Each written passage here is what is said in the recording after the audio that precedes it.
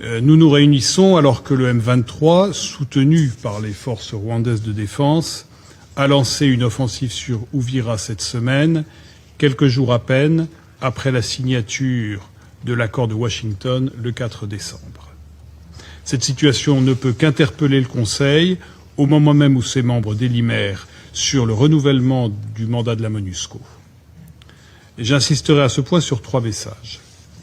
Tout d'abord, l'offensive du M23, soutenue par les forces rwandaises de défense, met en péril la stabilité régionale et compromet la sécurité des civils.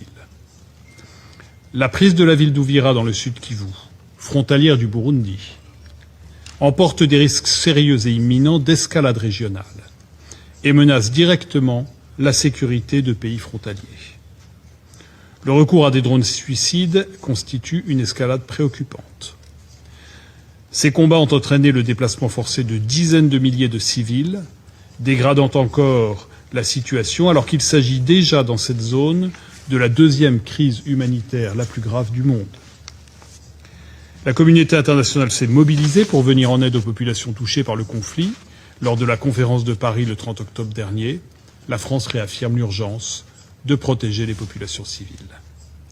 La France exhorte le M23 à mettre un terme à son offensive et les forces rwandaises de défense à se retirer du territoire congolais en application de la résolution 2673 adoptée à l'unanimité par ce Conseil.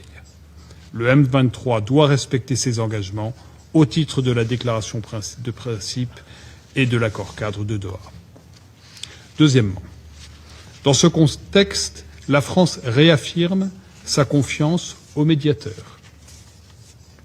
L'Union africaine, en particulier à travers les présidents de l'Angola et du Togo, les États-Unis et le Qatar, déploient des efforts immenses pour un règlement durable du conflit, qui endeuille les populations des Grands Lacs et qui déstabilise gravement la région depuis des décennies.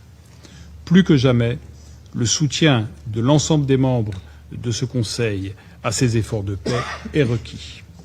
Nous devons collectivement réaffirmer l'exigence du respect du droit international humanitaire par l'ensemble des parties, ainsi que leurs obligations en matière de protection des civils. La résolution 2773 doit être pleinement appliquée et respectée par l'ensemble des acteurs, à commencer par son appel à un cessez-le-feu inconditionnel, effectif et vérifiable. Le respect de la souveraineté et de l'intégrité territoriale congolaise est non négociable. Les actions provocatrices ou les discours de haine mettant en péril la sécurité des civils doivent cesser. Les accords de Washington doivent être respectés. L'accord-cadre de Doha doit être appliqué. Nous appelons à la poursuite des efforts de l'Union africaine. Les récents événements risquent de mettre un terme à un règlement politique durable du conflit. Troisième message. Nous ne devons pas laisser cette situation remettre en cause le mandat de la MONUSCO et les négociations en cours. Comme l'a rappelé le secrétaire général adjoint, la MONUSCO continue de jouer un rôle essentiel en matière de protection des civils et dans la perspective du règlement du conflit. La France, en tant que porte-plume, a présenté un projet destiné à positionner la MONUSCO dans un rôle d'accompagnement de tous les efforts de paix. Cela comprend la question de la surveillance d'un cessez-le-feu, pour laquelle la MONUSCO dispose d'atouts évidents par la présence sur le terrain, son expertise, ses capacités et son impartialité. Les entraves imposées par le M23 à sa liberté d'action et à son approvisionnement en ressources de première nécessité sont inacceptables et doivent cesser.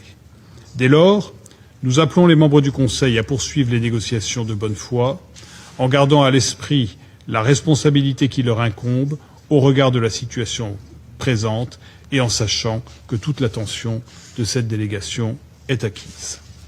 Monsieur le Président, les populations de l'Est de la République démocratique du Congo, les pays de la région et les contributeurs de troupes attendent du Conseil qu'il se montre à la hauteur de ses responsabilités au regard de l'urgence.